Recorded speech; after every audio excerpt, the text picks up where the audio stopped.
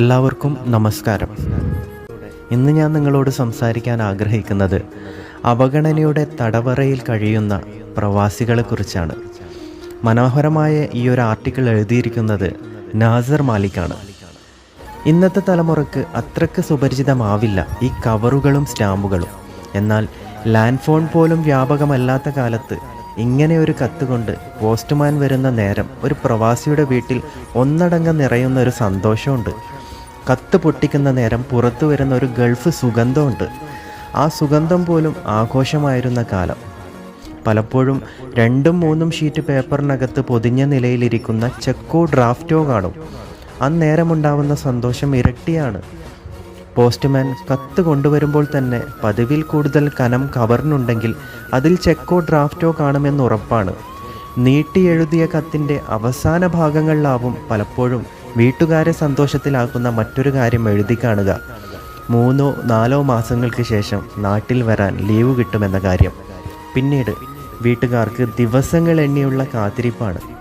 നനച്ചിരിക്കാത്ത നേരത്ത് രാത്രിയെന്നോ പട്ടാപ്പകലെന്നോ രാവിലെ എന്നോ ഇല്ലാതെ പ്രവാസി അംബാസഡർ കാറിൽ വീടിന് മുന്നിൽ പ്രത്യക്ഷപ്പെടും. സന്തോഷം അലതല്ലുന്ന നിമിഷങ്ങൾ. വീട്ടുകാരും അയൽക്കാരും ചുറ്റും ഓടിക്കൂടും. അംബാസഡർ കാറിൻ്റെ ഡിക്കി താഴ്ത്തി അടക്കാൻ കഴിയാത്ത വിധത്തിൽ പെട്ടികളുണ്ടാവും. കാറിന് മുകളിൽ കൂടി കാണും പലരുടെയും ലഗേജുകൾ. ഒരു രാജാവിനെ പോലെയാണ് നാട്ടിലെത്തുന്ന പ്രവാസി വീട്ടിലേക്ക് കയറുക. പുറത്ത് കവലയിലിറങ്ങിയാൽ ചായക്കടകളിൽ, ബാർബർ ഷോപ്പിൽ, പലചരക്കു കടയിൽ എല്ലാം ഒരു താരം കണക്കെ ആളുകൾ ചുറ്റും കൂടി നിന്ന് വിശേഷങ്ങൾ തിരക്കും.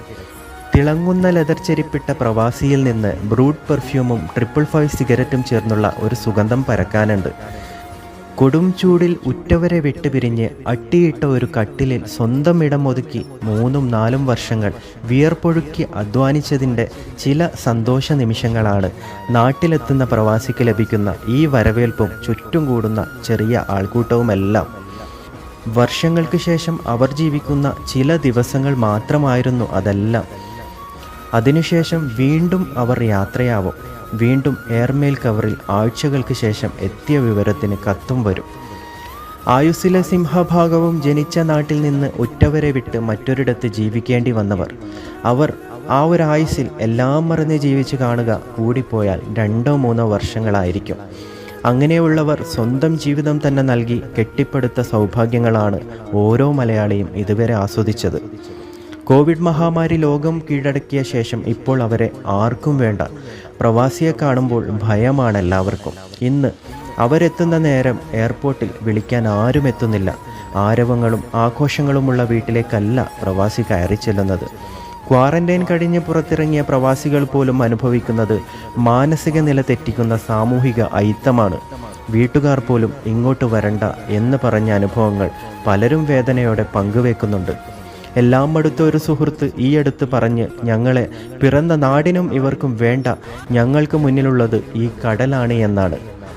തങ്ങൾക്ക് ഒരു ഉത്തരവാദിത്വവുമില്ലാത്ത ഒരു കാര്യത്തിൻ്റെ പേരിലാണ് പ്രവാസികൾ ക്രൂരമായ അവഗണനയും അകറ്റി നിർത്തലും നേരിടേണ്ടി വരുന്നത്. അനിശ്ചിതത്വത്തിൻ്റെയും ഭയത്തിൻ്റെയും തടവറക്കുള്ളിൽ നിന്ന് ഉറ്റവരെയും ഉടയവരെയും കാണാനുള്ള പ്രവാസികളുടെ മോഹങ്ങൾക്ക് മേൽ മണ്ണ് വാരിയിടുന്നത് അവർ നികുതി നൽകി കൊഴുപ്പിച്ചെടുത്ത ഭരണകൂടങ്ങളും സംവിധാനങ്ങളുമാണ്. കറവപ്പശു എന്ന വിശേഷണം എത്ര അർത്ഥഗർഭമാണെന്ന് പ്രവാസി തിരിച്ചറിയുന്നു. ഈ സമയവും കടന്നുപോകും. മഹാമാരി അടങ്ങും. മനുഷ്യജീവിതം വീണ്ടും ഉയരും. പക്ഷേ ഈ രോഗകാലം മനസ്സിൽ കൂറിയിട്ട വിഷമത്തിൻ്റെ നഖക്ഷതങ്ങൾ എത്ര കഴിഞ്ഞാലാണ് പ്രവാസിക്ക് മറക്കാൻ കഴിയുക? ഇത്രയും പറഞ്ഞുകൊണ്ട് എൻ്റെ വാക്കുകൾ ചുരുക്കുന്നു. എല്ലാവരും മനീഷ് ഷെരീഫ് വ്ലോഗ്സ് സബ്സ്ക്രൈബ് ചെയ്യുക. നന്ദി, നമസ്കാരം.